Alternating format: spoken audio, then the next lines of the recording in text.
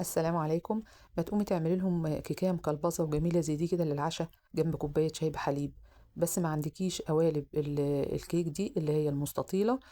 طيب هقولك على فكره ظريفه جدا تقدري تعمليها وسهله وغير مكلفه واقتصاديه جدا، وهتخلص لك الموضوع في ربع ساعه.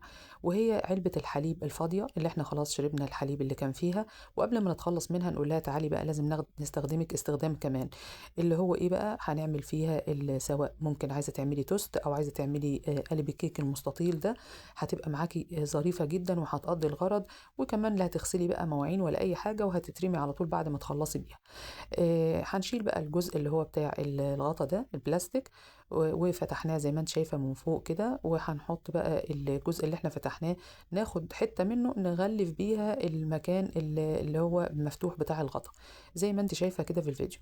تمام. الفكرة سهلة واقتصادية وجميلة جدا ومنجزة على فكرة. تقدري تحوشي علب الحليب وتعملي أكتر من كيكاية أو أكتر من قالب توست في وقت واحد.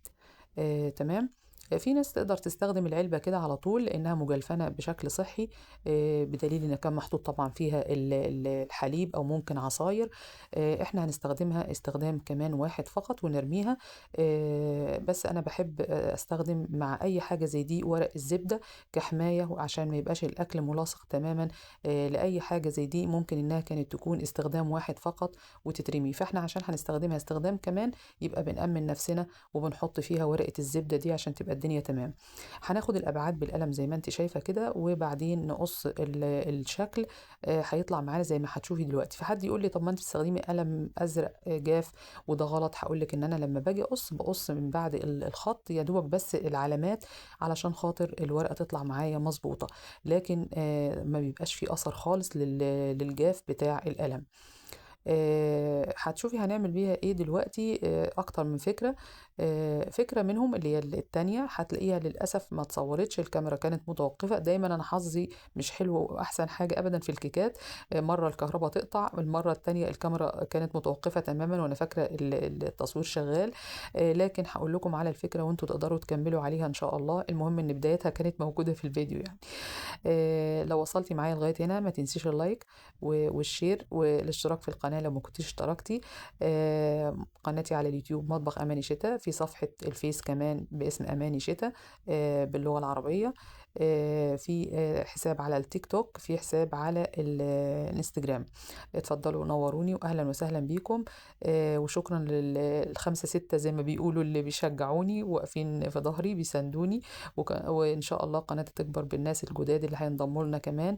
أهلا وسهلا بيكم. زي ما انتم شايفين أنا قصيت ورقة الزبدة وحطيتها في العلبة، وكان هنا المفروض خطوة ممكن أعملها إن أنا يعني أرش العلبة الأول بطبقة من الزيت خفيفة خالص عشان تلزق فيها ورقة الزبدة، وتسهل عليا لما أجي أحط فيها الخليط بتاع الكيك. لكن أنا اتصرفت وتداركت الأمر وجبت كده بخاخ الزيت، وخدت طبق يعني في حتت متفرقة كده رشات خفيفة علشان بس أثبت الورقة. ده زيت زيتون، فهتلاقي لونه غامق شوية عن زيت الذرة أو زيت دوار الشمس، بس إن أنا كنت بستخدمه عشان أثبت زي ما قلت لكم الورقة. تمام جدا. هنسيبها بقى على جنب ونشوف ايه مقدار الكيكاية اللي ممكن تتعمل في العلبة دي. العلبة دي بتاخد مقدار نص كوباية حليب زي ما انت شايفة. هحط فيها حوالي 3 معالق من الزبدة. هنزلهم على بعض واحطهم على البوتاجاز يسخنوا وبعدين يغلوا. انا عايزاهم مغليين، ولغاية ما يغلوا بقى هنروح نجيب حبايتين من البيض. تمام. وننزل عليهم بنص كوباية سكر لو انت بتحبهاش مسكرة، وكوباية الا ربع لو بتحبيها سكرها زيادة شوية، وربع كوباية زيت، ومعلقة صغيرة من الفانيليا.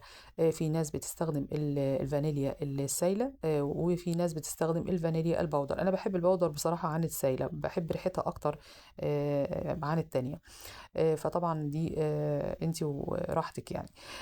هنا هنفضل نضرب في الخليط لغاية ما يتحول معانا للون الفاتح ده. تقدر تستخدمي المضرب السلك العادي مفيش مشكلة. انا استخدمت زي ما انت شايفة المضرب الكهربائي كده عشان ننجز بس بسرعة. جبت كوباية من الدقيق، حطيت عليها معلقة صغيرة من البيكنج باودر، وكمان رشة من الملح. كوباية واحدة فقط عيار العلبة الحليب دي، كوباية واحدة من الدقيق. ونخلتها الأول، وده طبعا إجراء متبع في أي معجنات بتعمليها، إنك لازم تنخلي الدقيق مرة واتنين، بيديكي المكون أو العجينة بتاعتك بتكون خفيفة وهشة جدا.